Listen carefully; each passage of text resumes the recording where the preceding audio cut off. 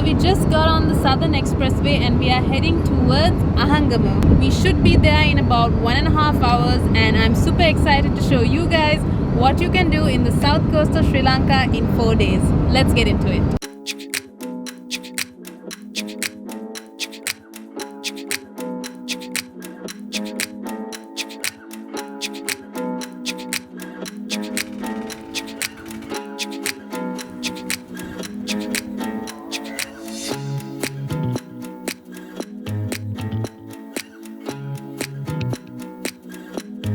We decided to break up our 4-day stay into 2 locations.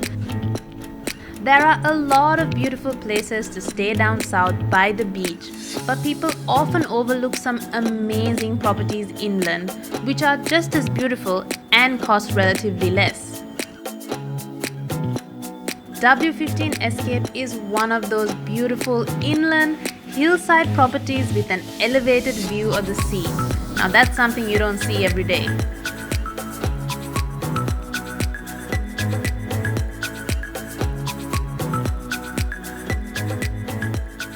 Just look at this elevated view of the sea. It is gorgeous. So we are going to be spending a quiet night in, and tomorrow we will be doing a bunch of activities and I will be taking you guys through it. While cities like Colombo have a much more serious demeanor, the south and east coast still embodies that true island spirit of Sri Lanka to this day. It's really no wonder the coastline's laid-back vibes have attracted so many yogis, surfers, and healers to set down roots here. So to start my morning ride, I too had a fantastic yoga lesson to set the tone for the day. Good morning, guys! So we just wrapped up the yoga session, and as usual, it is such a wonderful way to start your day. I don't know why I don't do it more often. This place at W15 Escape is just perfect for yoga. The ambience, the sounds of nature, and the sea just in the distance is just so perfect, and it's just the perfect place to do yoga. So now I've worked up quite a nice appetite and we're going to be checking out breakfast.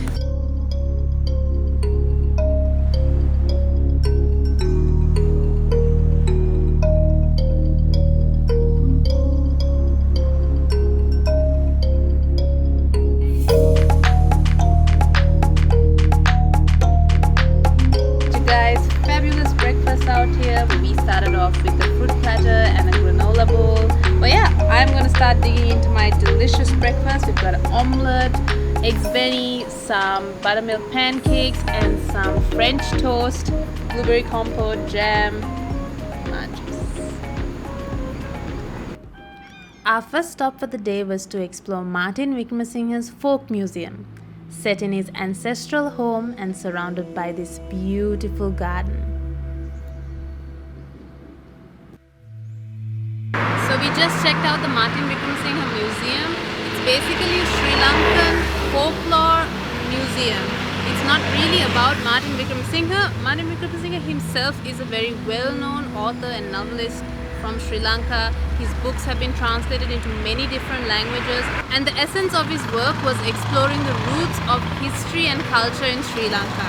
So to go with that, his museum contains everything that you can want to know about Sri Lankan culture and history, from religion, the industries, the tools, the garments, transport, anything you can imagine that you want to know about ancient Sri Lanka, you can find out at this museum, and it is a gem just waiting to be discovered. I myself, being Sri Lankan, learned so much just from visiting. Definitely keep at least 1 hour of your trip to dedicate to this museum, because it is totally worth it. Whether you are a Sri Lankan or a foreigner, you will definitely find something interesting in this museum.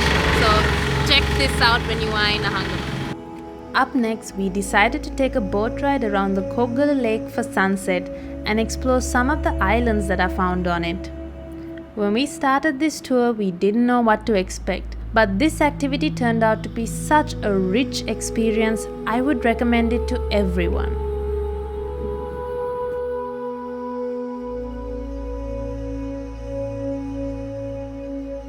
So guys, we just got on the Koggala Lake. We are gonna go check out Martin Wickramasinghe's island, which is known as Madaldua. It's quite famous. He has actually written books about it as well. And there's also apparently a cinnamon cultivation which we can check out. I'm very interested to see that. We don't know what to expect, but let's go and find out.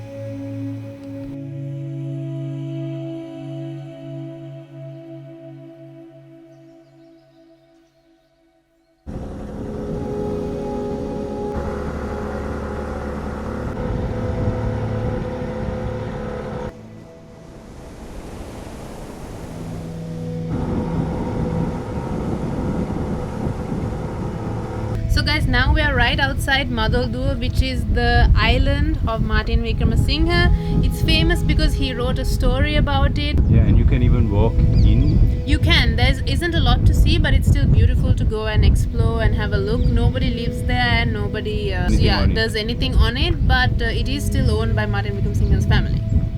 So guys, now we've arrived at another one of the islands on the Koggala Lake. This specific island has 5 families living here, and their main source of income is to cultivate cinnamon.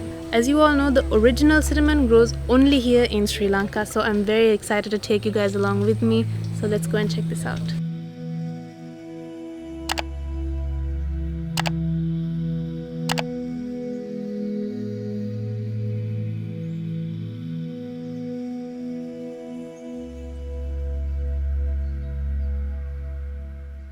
Get it, smell it.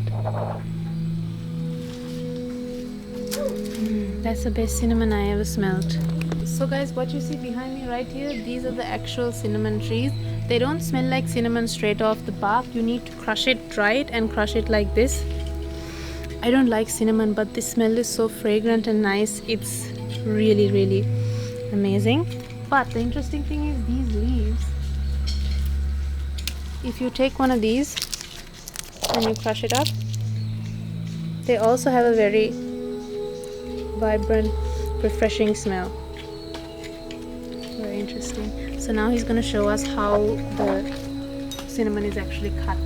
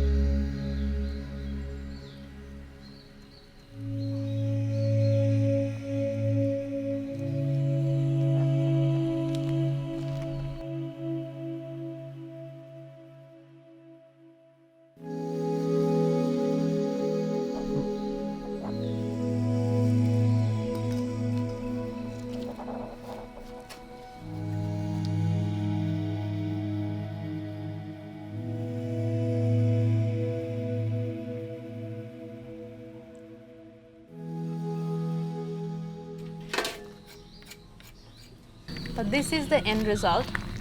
This is one peel of the cinnamon, so they will keep peeling it until there are many rolls in here, and afterwards they will collect these and place it on their drying rack, which is right here, and the dried final result will look something like this, hard and full, and if you break it, you get a fabulous smell. And this is coming from somebody who doesn't like cinnamon. What do you put it in? So this cinnamon goes into this tea. So this is the first thing that they gave us when they came here. It is a cinnamon tea. There is no sugar. Apparently you don't have it because you can't get the flavor and the benefits. It's like a herbal tea, and there's not a strong cinnamon flavor. Again, coming from someone who doesn't like cinnamon. It's really nice. It's very nice. I should actually take some of this.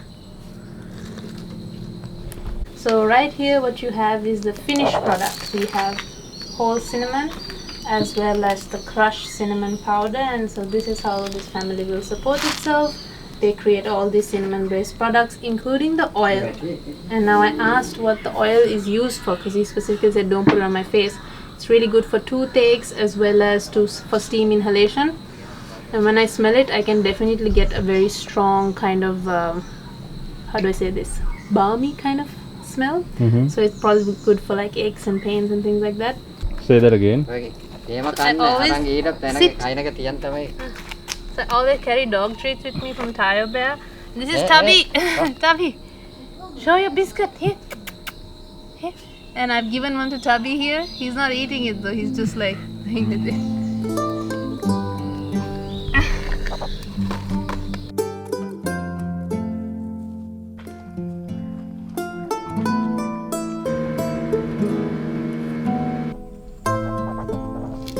So now we've come to another one of the islands. There's 6 in total on this lake. The cinnamon one, the Madaldu, as well as this one. These 3 are the only ones that you can actually get off at because these are the only ones that have inhabitants. This specific island actually is a sort of a hermitage or a monastery. There are a few monks that live here. They don't come out very often and people can go in and give them alms if they like. I won't be going in because I'm not actually, my sleeves are not covered even though I'm wearing a long dress. So I will be staying here and Shehan will go in to give you guys a deeper look at what this place really looks like. So enjoy. Let's go.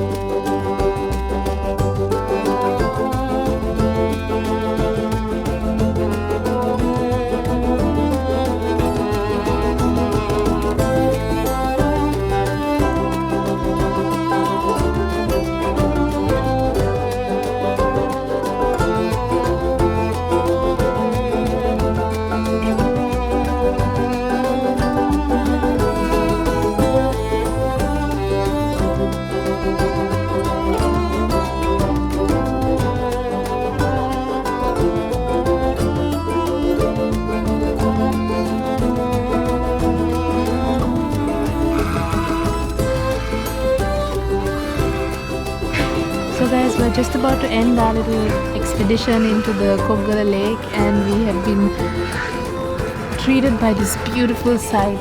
This little island or this little mangrove here is graced by these birds pretty much every day in the evening. I do believe they are white storks, but I'm not sure. Comment down below if you do know what kind of birds these are. But it's such a beautiful sight. They keep flying in just over the water. You can see another one coming in. And they just sit here and look gorgeous. What a beautiful sight to end our day with, right? Make sure you guys tune in next week for part 2 of this vlog. And also if you want to find out what exactly happened here. Oh, ඒක තමයි. ඒ වගේ තමයි. You heard that? Oh, it is her own. Harold paid 200,000 to do it here apparently. He paid money? That's what she No said. way. No way, you can see that for in the Hari, phone. come on. Okay, Anna. Don't go to that place. Go to a different one. Yeah, we're going back to Koggala. And she said that even in Koggala people charge to see the turtles and film them apparently. So we're gonna go find out and get to the bottom of this.